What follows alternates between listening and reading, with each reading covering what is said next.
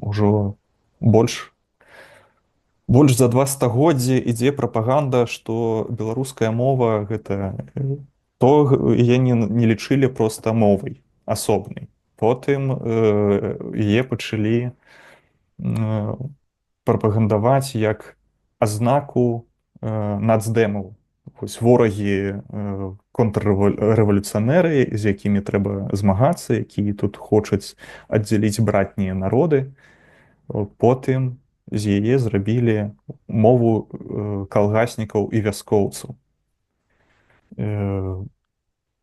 Апошнія там 30 гадоў гэта мова пятай калёны, мова апазіцыянераў.